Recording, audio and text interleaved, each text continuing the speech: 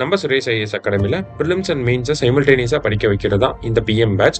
இந்த பிஎம் பேட்ச்ல பிரிலிம்ஸை பொறுத்த வரைக்கும் கொஸ்டின் பேங்க் அப்படிங்கறத கொடுத்துரும். அதை சால்வ் பண்ணிட்டு வந்தா தான் உங்களை பிரிலிம்ஸ் டெஸ்ட் எழுத விடுவாங்க. அதே மாதிரி மெயின்ஸை பொறுத்த வரைக்கும் உங்களுக்கு 30 கொஸ்டின் வந்து கையில கொடுத்துருவாங்க. அந்த 30 கொஸ்டினுக்கு நீங்க நோட்ஸ் எடுத்துட்டு வந்ததுக்கு அப்புறமா தான் டெஸ்ட் எழுத விடுவாங்க. அண்ட் தென் நீங்க 3 டெஸ்ட்டுக்கு மேல ஆப்சென்ட் ஆயிட்டீங்க அப்படின்னா உங்களுக்குன்னு வழங்கக்கூடிய அந்த பிரீமியம் ஃபெசிலிட்டிஸை வித் ஹோல்டு பண்ணுவாங்க. இந்த மாதிரி ஸ்டூடெண்ட்ஸை ஸ்ட்ரிக்டா மோல்டு பண்ணி கொண்டு போகக்கூடிய ஒரு பேட்ச் தான் பிஎம் டெஸ்ட் சீரிஸ் அப்படிங்கிறது. இந்த பிஎம் டெஸ்ட் சீரிஸ்க்கான second batch coming April 25th இருந்து ஸ்டார்ட் ஆக போகுது. இது மட்டும் இல்லாம உங்களுக்கு பிரிலிம்ஸ்க்கான ஸ்ட்ராட்டஜி, மெயின்ஸ்க்கான மென்டார்ஷிப், அதை தாண்டி ப்ரிப்பரேஷனுக்கான கிளியர் பாத்வே, ப்ரிப்பரேஷனுக்கான பர்டிகுலர் ஸ்ட்ராட்டஜிஸ், இந்த மாதிரி பல விஷயங்களை உங்களுக்கு சொல்லித்தர போறாங்க. மேலும் தகவல்களுக்கு இந்த நம்பர்ஸ்க்கு கான்டாக்ட் பண்ணுங்க. அனைவருக்கும் வணக்கம். இன்றைய தினமணி செய்தித்தாளில் என்ன செய்திகள் இருக்கு அப்படின்னு சொல்லி பார்ப்போம். ஸோ முதல்ல வந்து பார்த்தீங்கன்னா என்ன கொடுத்துருக்காங்கன்னா திருக்குறள்.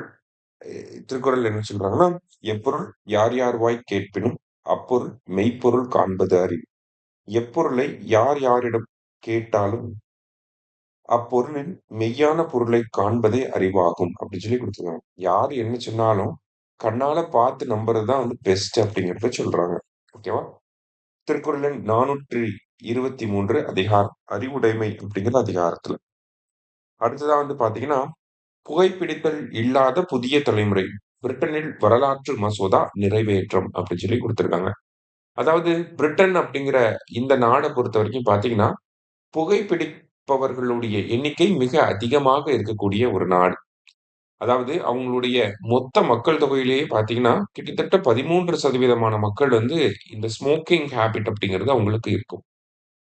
அதை தாண்டி பாத்தீங்கன்னா, ஒரு வருஷத்துக்கு கிட்டத்தட்ட 80,000க்கும் மேற்பட்ட நபர்கள் இந்த ஸ்மோக்கிங் ஹேபிட்னால மட்டுமே பிரிட்டன்ல வந்து இறந்து போறாங்க. அங்க இருக்கக்கூடிய கோல்டு கிளைமேட்டிக் கண்டிஷன்ஸ் ஒரு ஃபேக்டரா இருந்தாலும், ம் ஸ்மோக்கிங் அப்படிங்கிறது செயின் ஸ்மோக்கிங் அப்படிங்கிறது இட் இஸ் அ நார்ம் அப்படிங்கிறது தான் அங்க. சரியா?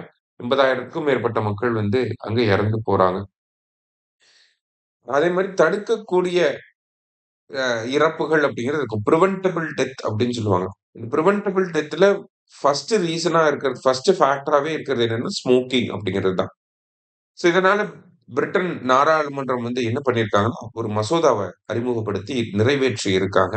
அந்த மசோதா என்ன பண்ணுது அப்படின்னு சொல்லி பார்த்தீங்கன்னா, ஆ 2009ஆம் ஆண்டுக்கு பிறகு பிறந்தவர்களுக்கு 2009 அதற்கு பிறகு பிறந்தவர்களுக்கு வந்து எப்பயுமே அந்த சிகரெட் தொடர்பான பொருட்கள் வ வழங்கப்பட மாட்டாது அப்படிங்கிற மாதிரியான ஒரு சட்டத்த கொண்டு வந்திருக்காங்க.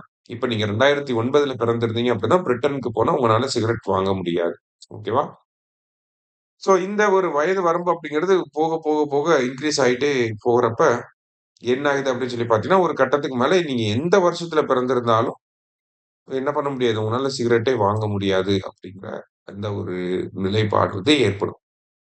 ஸோ கிராஜுவலா என்ன பண்ண முடியும்? இந்த ஸ்மோக்கிங் ஹேபிட் அப்படிங்கிறத கம்மி பண்ண முடியும் அப்படிங்கிற ஒரு கண்ணோட்டத்துல இந்த சட்டத்த வந்து கொண்டு வந்திருக்காங்க. உலகத்திலே முதல் முறையா இந்த மாதிரியான ஒரு சட்டத்த கொண்டு வரது முதல்ல நியூசிலாந்து கொண்டு வந்திருப்பாங்க. ஆனா, அத திரும்ப வாபஸ் வாங்கியிருப்பாங்க. இப்ப தான் முதல்ல கொண்டு வரக்கூடிய நாடாக இப்ப பிரிட்டன் வந்து வந்திருக்காங்க. சரியா?